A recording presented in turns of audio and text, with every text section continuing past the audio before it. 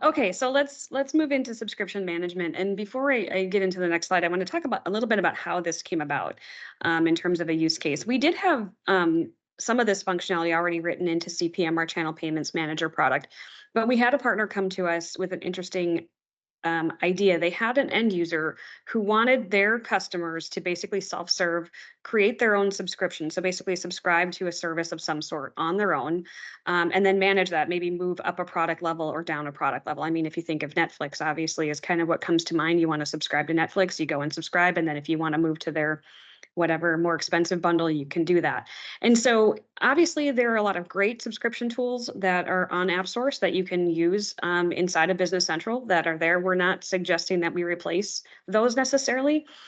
This tool is meant to be really more of an easy to deploy kind of low cost of entry um, option for you because we do work with Stripe and Channel Payments Manager integrates with BC. So kind of who are we targeting? We're targeting those customers with light subscription needs. So not people who are subscribing to, inventory that needs to be fulfilled regularly, just really light subscription at this point. Not saying we couldn't expand on that.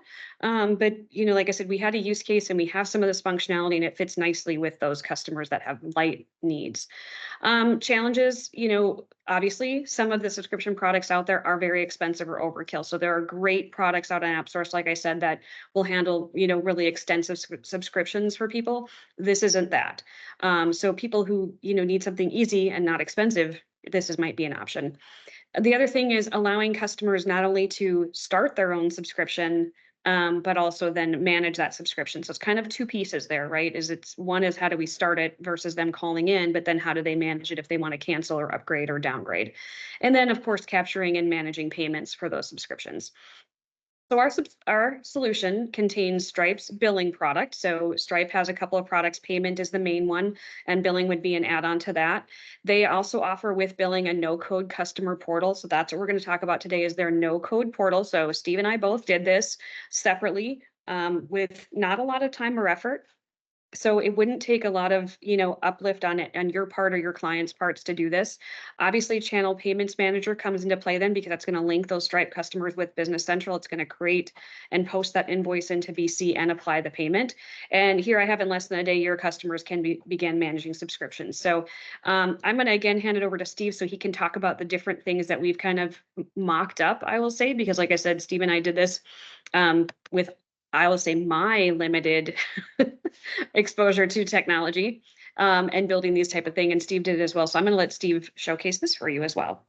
What I first had to kind of wrap my mind around was the fact that Stripe has kind of different ideas for the creation of a subscription versus the management of it. Because we were hearing all this stuff about Stripe's low code, no code customer portal. And the first thing that at least I know I kind of bumped up against was how do I create a subscription out of that?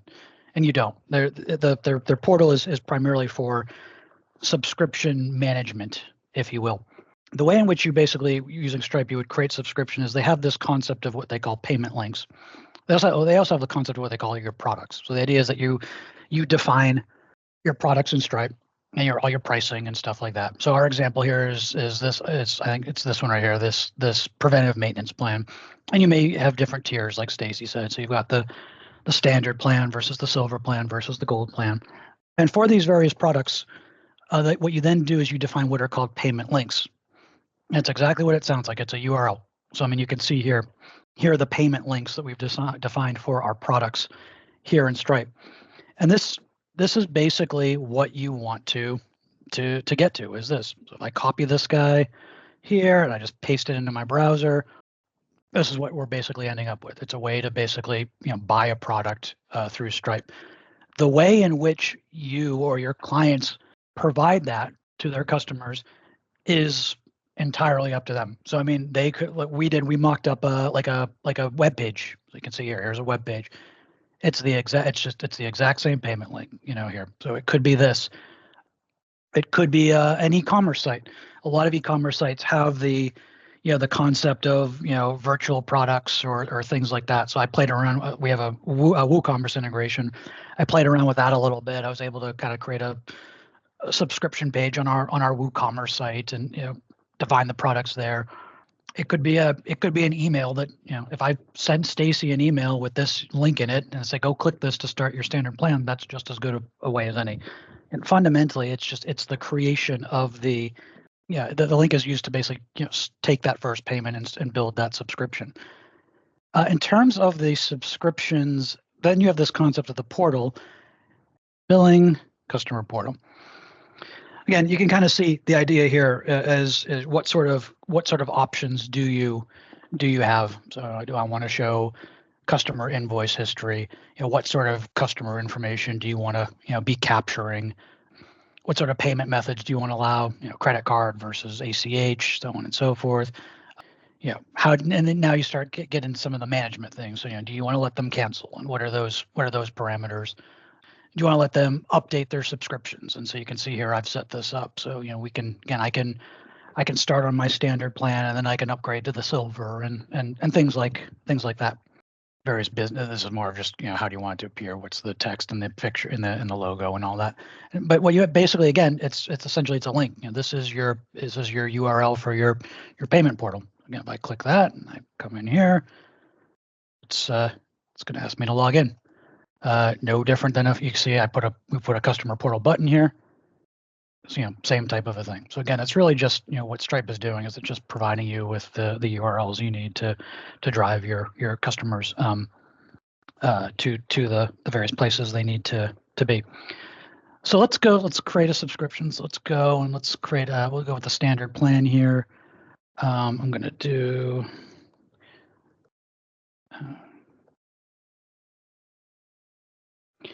and we'll put in a fictitious, I don't care about that because we're doing test. Put in a fictitious phone number here. We'll do a fictitious credit card.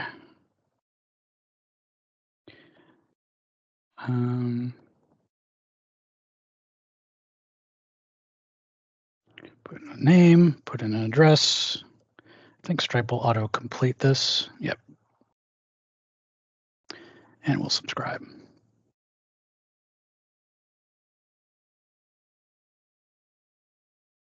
And we get a little note there. If I come over to Stripe now and I look at my subscriptions, you'll see I have a brand new subscription that's been defined here. If I look at my customers, you can see we've got a brand new customer that's been created. Again, here's all the information you need. So here's the plan, here's the billing cycles. A lot of this data is just because it's test data, and we're using the same fictitious credit cards and things like that. But you can kind of see here's the details of what we have. I'm gonna grab that customer ID real quick. Now, one of the things that we talked about, or Stacy mentioned, is Stripe has this concept of low code versus no code. Everything that we've done here is no code. Like she said, neither one of us are developers.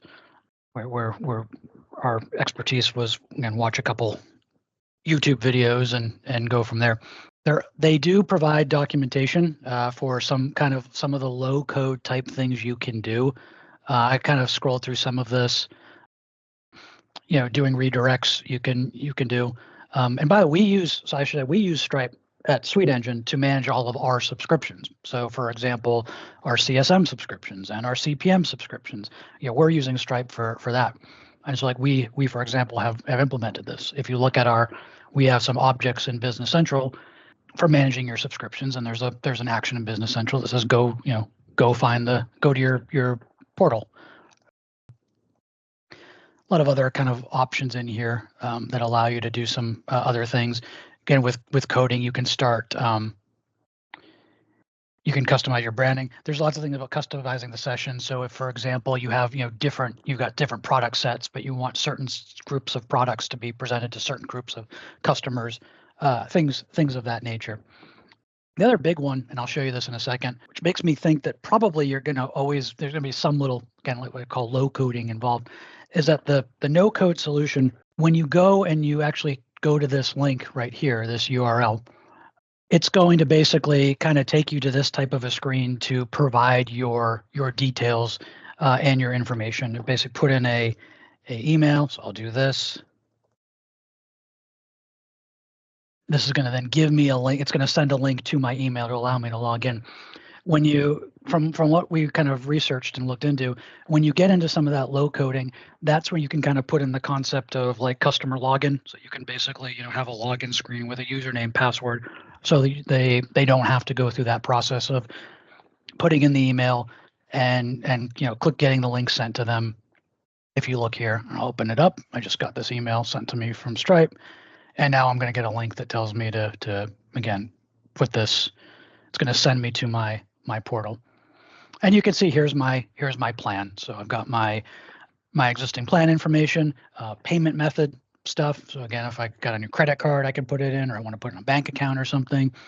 That basic billing information that we have, the invoice history, so I can get a look at my history here. I have options to cancel my plan, to update. So again, we talked about the idea of I want to move to the silver plan versus the gold plan.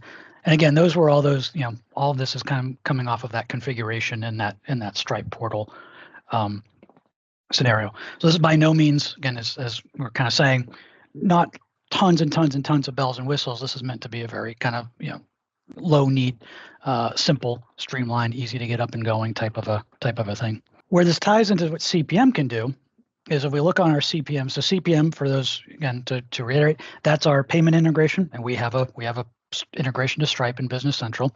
So the idea being that you can both take payment information from within the ERP. So I want to take a credit card payment for like a sales order or a sales invoice. I want to send out like a payment link from like a sales invoice. So I've got an invoice for $500 in Business Central. I want to send a link to the customer, saying, click here, and then they can then pay it. CPM can also retrieve transactional information from Stripe as well. So it's not confined to just the activity on Stripe that is somehow tied to a Business Central activity. So again, it's not just payments I'm taking from within the ERP or links that I'm sending from the ERP. Any transactional data that comes into my Stripe account, I will retrieve with the CPM integration. Depending on how we've mapped our data, then CPM will either be able to post it to like a customer ledger. If it doesn't know what to do with it, we have what we call a transaction worksheet, which basically is going to put the transaction there. But because it wasn't able to post it, the product wasn't properly linked, or the customer wasn't properly linked, or whatever the case may be, it's kind of an administrative tool that exists. So the idea here is that we have customers. So we've basically we've mapped Stripe customers to Business Central customers.